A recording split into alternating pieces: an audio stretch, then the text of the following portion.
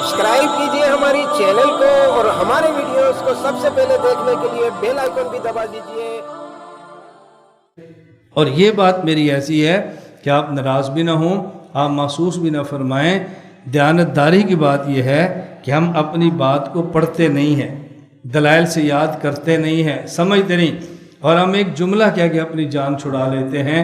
اور یہ میں پہلے وضاحت کر رہا ہوں کہ ایسا نہ ہو کہ یہ جملہ آپ سبق میں اپنے کسی استاد سے سن لیں اور پھر اس کی اور میری آپس میں لڑائی کرا دیں کہ میرا نام لے کر کہ یہ ہمارے استاد جی کے خلاف تھا، اس لیے جملہ کہا تھا۔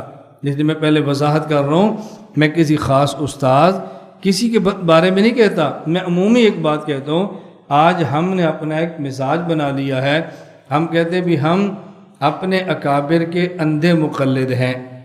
ایک اس کا معنی جو ہمارے اکابر کیا اس کا معنی ہے وہ کیا ہے کہ ہمیں نہ بات سمجھ آئے ہم تب بھی مانیں گے، سمجھ آئے گی تب بھی مانیں گے۔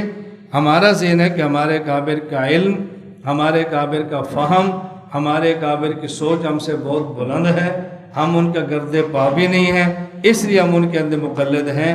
یہ بالکل ٹھیک ہے، اس میں کوئی اشکال کی بات نہیں ہے، لیکن آج ہم جیسے چھوٹے چھوٹے اپنے اکابر کا یہی جملہ لیتے ہیں، اس کا معنی غلط سمجھتے ہیں اور پھر تکیہ لگا کر بیٹھ جاتے ہیں۔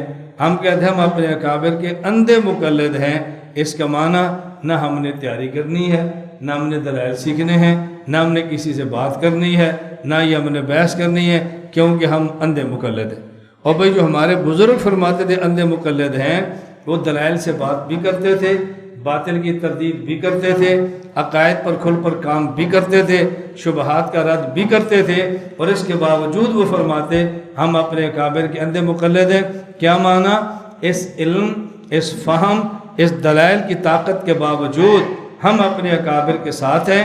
اگر ان کا کوئی مسئلہ ہماری رائے کے خلاف بھی نکل آئے، ہم اپنی رائے دفن کرتے ہیں، ان کی رائے کو لیتے ہیں۔ یہ معنی تھا ہم اپنے اکابر کے اندھے مقلد ہیں، اور ہم نے اس کا معنی غلط لے لیا۔ حضرت امام اہل سنت شیخ سرفراز صفدر نور اللہ مرقدہ یا دارالعلوم کراچی تشریف لائے، حضرت نے یہاں بیان فرمایا اور بیان کے دوران یہ بات فرمائی کہ طلباء سے، اساتذہ سے، یہ دیکھو میرا مزاج ہے، ایک مسئلے پر میری تحقیق الگ ہو، میرے اکابر کی تحقیق الگ ہو، میں اپنی تحقیق اپنے اکابر کی تحقیق پہ قربان کر دیتا ہوں۔ میں یہ سمجھتا ہوں کہ میرے دلائل میں کچھ سقم ہوگا اور جو مجھے سمجھ میں نہیں آ رہا۔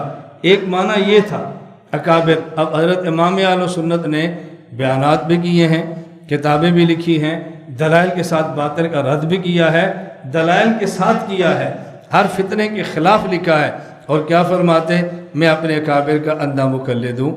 اب دلائل تو ہے، اب اندھے ہونے کا مطلب کیا ہے؟ اب مطلب یہ تھا میں اپنے اکابر پر مکمل اعتماد کرتا ہوں، اگر میری تحقیق ان کے خلاف بھی ہو جائے میں اپنی تحقیق چھوڑ دوں گا اور اپنے اکابر کے پیچھے چلتا رہوں گا۔ جس طرح ایک اندھا آدمی ہے، ایک راستے سے 20 بار گزرا ہوتا ہے، اس کے پاؤں اور تجربے کی وجہ سے اس کو پختہ یقین ہوتا ہے کہ میں نے ادھر جانا ہے، لیکن اگر کوئی بندہ اس کا ہاتھ پکڑے، وہ کہتا ہے نہیں ادھر جانا ہے، وہ سمجھتا ہے میں 20 بار گزرا ہوں لیکن میں نبینا ہوں، اس کی آنکھیں ہیں، تو مجھے اپنی نبینائی کی وجہ سے اس کی بینائی پر اعتماد کرنا چاہیے۔ اور جیسے یہ کہتے ہیں مجھے ادھر جانا چاہیے، اس نبینے کی حس یہ کہہ رہی ہوتی ہے کہ یہ مجھے غلط بتا رہا ہے، لیکن اپنی حس قربان کرتا ہے اس کی بینائی کی وجہ سے۔ یہ معنی ہوتا ہے کہ میں اکابر کا اندھا مقلد ہوں، کہ میں اپنی تحقیق اکابر کی تحقیق پر قربان کرتا ہوں۔ اور ہم نے اس کا معنی کیا لیا؟ ہمارے حضرت فرمایا کرتے تھے ہم اکابر کے اندھے مقلد ہیں، میں بھی اندھا مقلد ہوں، لہذا میں نے دورہ تحقیق المسائل نہیں کرنا۔ میں اندھا مقلد ہوں، میں نے دلائل نہیں سیکھنے۔ میں اندھا مقلد ہوں، کسی نے اعتراض بھی کیا تو میں نے جواب نہیں دینا، میں مطمئن ہوں، بس میرے جو اکابر نے فرمایا وہ ٹھیک ہے۔ ان حضرات کے فرمانے کا معنی یہ نہیں تھا جو ہم نے سمجھا ہے۔ میں اس لیے عرض کر رہا ہوں کہ اپنے اکابر کی بات کو بہت اچھی طرح ذہن نشین فرما لیں۔